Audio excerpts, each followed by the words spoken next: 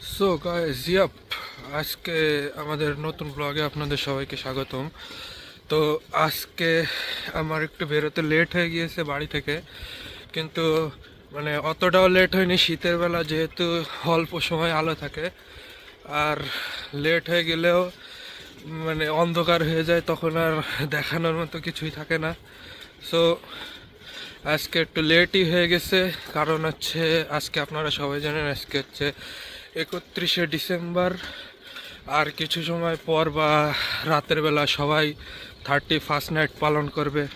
মানে বছরের শেষ দিন, মানে একটা বছরের জানুয়ারি মানে আজকে রাত গেলে যেমন 1 তারিখ, একটা বছরে যেমন হচ্ছে এই দুইটা দিনের গ্যাপ প্রায় 364 দিনের গ্যাপ তৈরি হয়, তেমনি এই 364 দিনের যে বড় একটা গ্যাপ, এটা আমাদের জীবনে অনেক কিছু শিখিয়ে দিয়ে যায়।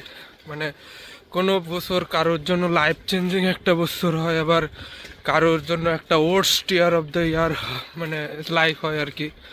তো কালকে মানে আজকে হচ্ছে 31শে ডিসেম্বর, 31st নাইট রাত্রে পালন হবে অনেক জায়গায়। সো এটা হচ্ছে বছরের শেষ দিন। তো অনেকেরই এই বছরে অনেক ভালো কিছু হয়েছে, আবার অনেকের সাথে এত খারাপ হয়েছে যা ভাষায় বলবার নয়। আর এরই মধ্যে বছর শেষ হবে। তো আজকে আমার বছরের শেষ ভিডিও।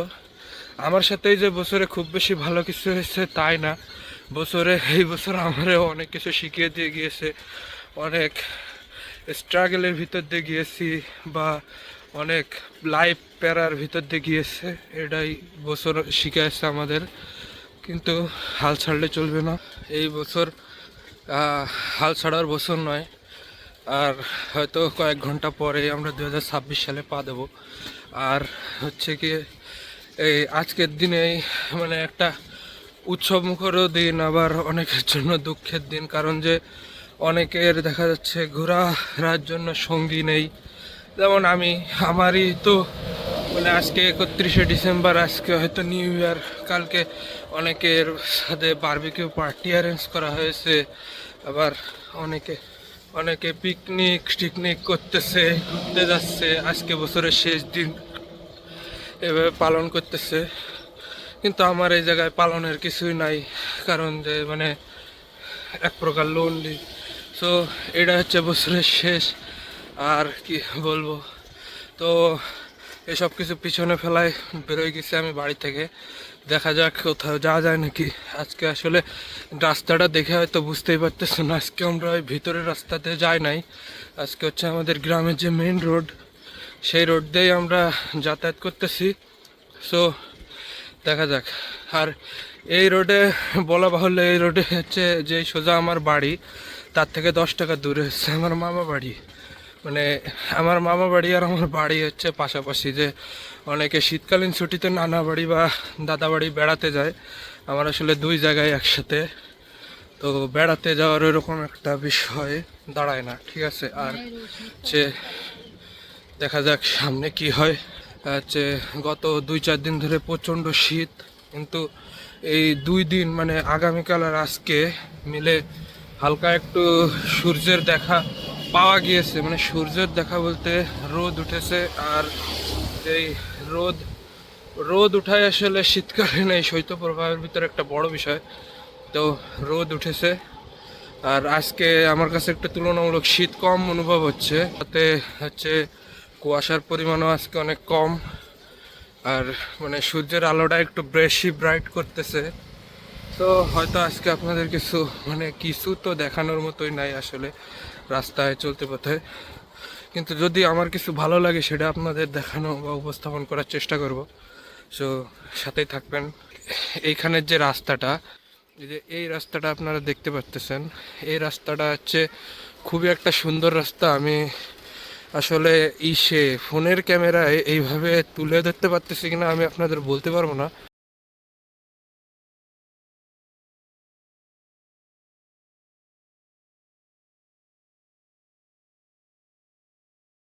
আর এই পাশে দেখতে পাচ্তেছেন, এই যে এই পাশে সরিষার বাগান বা সরিষার ক্ষেত।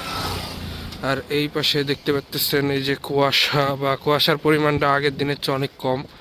তো রাস্তাটা আসলে দেখে আপনি বুঝতে পারবেন, মানে দেখে বুঝার তো আসলে কিছু নেই, এখানে আসলেই পরে বুঝতে পারবেন যে আসলে আমি আজকে আপনাদের দেখাতে চাইছিলাম যে জায়গাটা, সেই জায়গাটা আসলে আমাদের এলাকা থেকে অনেকটাই দূর। জায়গাটার নাম হচ্ছে লবণের ঘাট, বা ওটা আসলে কোনো ঘাট বলে কিছু না, ওটা একটা ব্রিজ, আর ওখানে মানে ওই নামে পরিচিত। তো আজকে আসলে সময়ের অভাবে ওইখানে যায় আমরা পৌঁছাতে পারিনি। আর কতটা সন্ধ্যা বা কতটা আলো পড়ে গিয়েছে বেলার, এটা তো আপনারা দেখতেই পাচ্ছেন। আর মানে রাতের দিকে আসলে দেশের পরিস্থিতি অনুযায়ী বেরোনো ঠিক না। তো আমি আপনাদের নেক্সট কোনো ব্লগে ওইখানে নিয়ে যাব। আর আরেকটা জিনিস আমার এখন খেয়াল আসছে, সেটা হচ্ছে আমার বাড়ির পাশ থেকে একটা নদীর মোহনা আছে, সাথে একটা নদী আছে। সেই নদীটার বিস্তারিত এবং নদীর পরিচিতি নিয়ে আমি এরপরে আরেকটা ভিডিও বানাবো, যেটা হচ্ছে নদীর পরিচিতি থাকবে যে ভিডিওতে।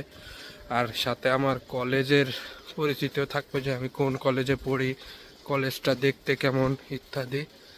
সো আলবিদা গাইস।